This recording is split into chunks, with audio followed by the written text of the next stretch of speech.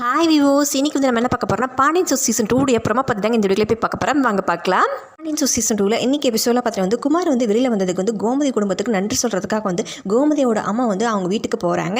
அதுக்கப்புறம் பார்த்தீங்கன்னா வந்து அரசிக்கிட்டையும் பாண்டியன் கிட்டையும் கோமதியோட அம்மா வந்து மன்னிப்பு கேட்குறாங்க.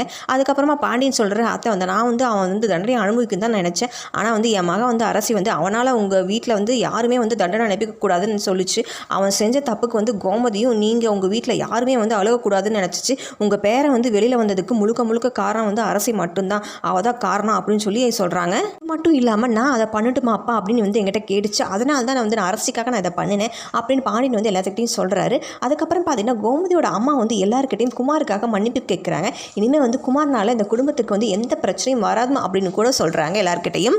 அதுக்கப்புறம் பார்த்தீங்கன்னா வந்துட்டு பாண்டியன் குடும்பத்துக்கு வந்து இனிமேல் வந்து குமார்னால எந்த பிரச்சனையும் வரும்னு சொல்லவே முடியாது. குமார் வந்து உண்மையாலுமே வந்து திருந்திட்டாரா இல்லையான்னு தெரியல. அதை வெயிட் பண்ணி நம்ம அடுத்த எபிசோடில் அதை பார்க்கலாம். இது போல் மேலும் வீடியோக்களை பார்க்க மறக்காமல் லைக் பண்ணுங்கள், சப்ஸ்கிரைப் பண்ணுங்கள். நன்றி, வணக்கம்.